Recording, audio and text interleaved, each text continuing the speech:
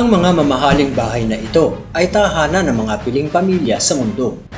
Kung titingnan ang listahan ng presyo ng ilan sa mga bahay na ito, siguradong kaya nang ipambili ng isang maliit na bansa na mas mababa ang halaga kaysa ipambili ng mga lugar na ito. Ang iba ay mga palasyo, ang iba naman ay mga mansyon, at ang iba ay mga skyscraper. Sa video natin ngayon, tingnan natin ang ilan sa mga pinakamahal na bahay sa mundo sa taong 2022. Welcome sa Kahusay TV.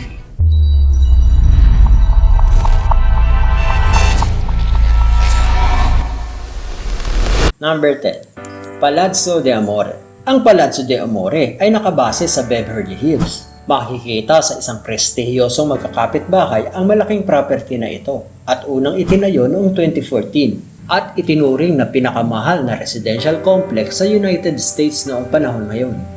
Pagkatapos, inayos ito sa loob at labas ng may-ari nito na si Jeff Grimm. Nahihigit sa doble ang halaga ng ari-arian na gumugol ng ilang taon sa pagpapalit nito.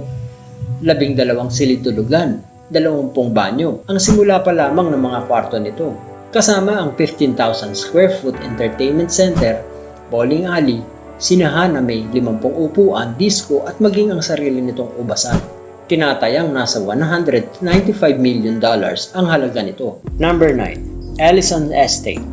Ang bilyonaryo na si Larry Ellison ay hindi lamang nagmamay-ari ng isang ari-arian, kundi ang kanyang Ellison Estate ay masasabing kahanga-hanga. Matatagpuan sa Woodside, California ang hindi kapani-paniwalang waterfront property na ito at talaga namang kapansin-pansin. Ito ay isang koleksyon ng mga bahay sa loob ng isang higanteng ari-arian. Sa tabi ng isang man-made na lawa, isang tea house at isang bathhouse. Dinisenyo ito para manirahan sa paligid nito na may lodge style na disenyo sa kabuuan at napaka-komportable dito. Makikita ang maaliwalas na velvet sofa at fireplace na maaari mong kailanganin. Makikita sa loob ng isang gated na komunidad. Ito na sa malamang ang pinaka-cool na lake house sa mundo at nagtatakda para sa isang nakaka-relax na bakasyon. Ito ay nagkakahalaga ng $200 million. Number 8. Fort Fairfield Pond. Sa New York sa Amerika, kilala ang Hamptons sa pagiging mahal na property. Pero dinaig ito ng Fort Fairfield Pond. Ito ay isang marangyang mansyon at sinasabing idinisenyo ito para sa sino mang madaling maboard. Salamat sa malawak nitong lugar at walang katapusang hanay ng mga pasilidad. Mayroon itong 39 na banyo at 29 na silid-tulugan. Ang paglagi dito ay may kasamang access sa isang pribadong basketball court, isang 2-lane bowling alley at isang 164-seat theater. Kilala bilang isa sa pinakamalaking tahanan sa United States. Nagtatampok din ito ng 12 chimney, isang 91-foot-long dining room at isang billiards room, 2 tennis court at 2 squash court. Pag-aari ito ng bilyonaryong si Ira Rennert at tinatayang nasa $248 million ang halaga. Number 7. The Odeon Tower Penthouse sa Monaco. Maaari ngang walang hardin ang Odeon Tower Penthouse, ngunit nagbibigay ito ng mga nakamamanghang tanawin sa Monaco. Kilala bilang pinakamahal na flat sa mundo at taas na 560 feet ang skyscraper na ito. Tanaw dito ang malinaw na tubig ng Mediterranean Sea. Ang The Odeon Tower Penthouse ay may sariling infinity pool na kompleto sa slide para sa mga gustong lumangoy sa tubig tabang. Tinatayang nasa $387 million ito ngayong 2022. Ang marangyang penthouse ay may kasama na 38,000 square feet na espasyo na nakakalat sa 5 palapag, na may 5 kusina na nakakalat sa bawat palapag. Mayroon itong dance floor, isang marangyang banyo at maging kwarto ng mga staff.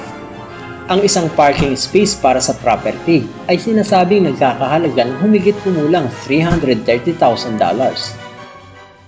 Number 6. Le Palais Bulls.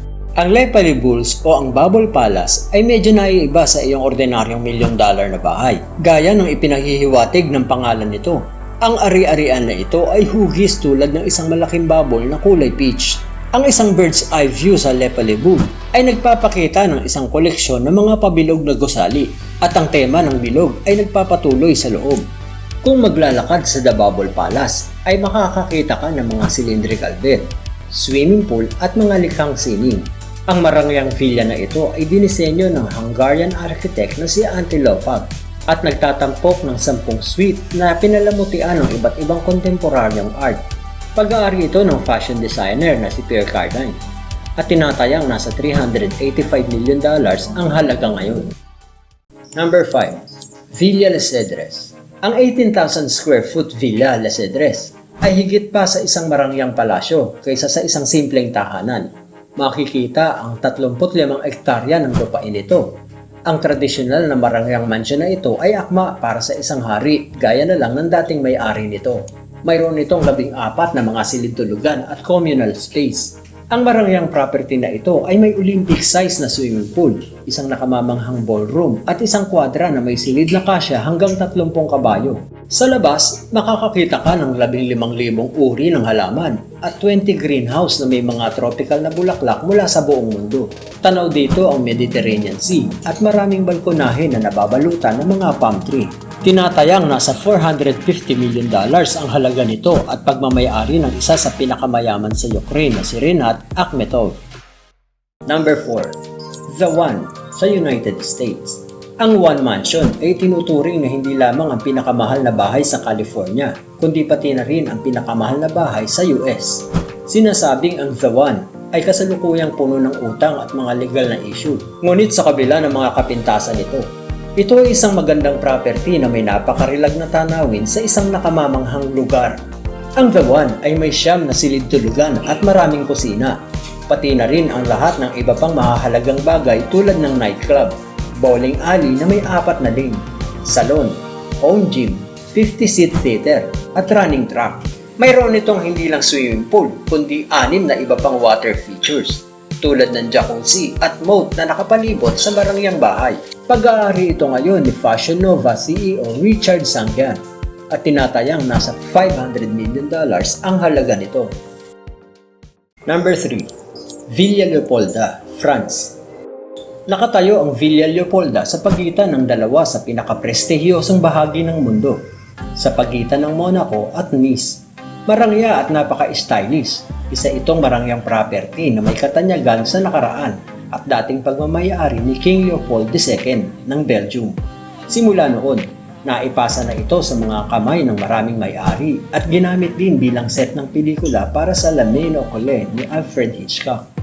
Nang mamatay si Edward Safra, ang dating may-ari nito, iniwan niya ang villa sa kanyang asawa. Ang napakalaking swimming pool at labis na hardin nito ay iniulat na nangangailangan ng pang-araw-araw na gawain ng higit sa 50 hardinero.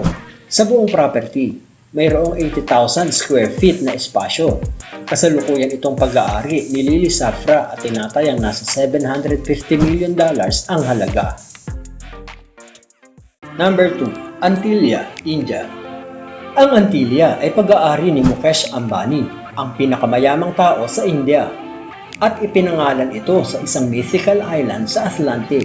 Tinatansya na nagkakahalaga ito ngayon ng $2 billion. Ang 400,000 square foot na gusaling ito ay nasa pinakaprestihiyosong postcode ng India at umaabot ito sa 27 palapag, na ang bawat double height na kisame ay counted bilang 2 palapag. Ngunit sa kabila ng napakalaking taas nito, idinisenyo ito upang mapaglabanan ang malalaking lindol. Ang magandang gusaling ito ay idinisenyo sa paligid ng tradisyonal natural na mga elemento. Ngunit mayroon ding buong 6 na palapag na nakatuon para sa parking. Naglalaman ito ng malaking templo, maraming guest suite, salon, ice cream parlor at pribadong sinihan para panooran ng lahat. Mayroon pa itong isang snow room na naglalabas ng mga snowflake at madalas ginagamit kapag mataas ang temperatura ng init sa India. Buckingham Palace, United Kingdom. Ang Buckingham Palace ay hindi ipinagbibili, pero kung ito ay sakaling ibenta ngayon, ito ay nagkakahalaga ng humigit kumulang $6.7 billion. Pag-aari ito ni Queen Elizabeth II ng England at matatagpuan sa London. Mayroon itong 240 na bedroom, swimming pool at doctor surgery room. Tahanan ito ng British Royal Family at nakabukas din sa publiko para sa mga guided tour. Sa kabuuan, ang mayamang bahay na ito, kung matatawag mong bahay pa, ay naglalaman ng 775 na kwarto, 19 na estate room, 92 na opisina, at 78 na banyo. Mayroon din itong malalaking pangkat na mga tauhan, kabilang ang mga nangangalaga sa magagandang hardin sa palibot ng palasyo. Ang sabi-sabi, may ilan pang mga lihim na silid sa malaking luxury mansion na ito. Kung umabot ka hanggang dito, tara at mag-subscribe ka na rin at i-click ang bell button para updated ka sa mga susunod pa nating video. Salamat at hanggang sa muli mga kahusay!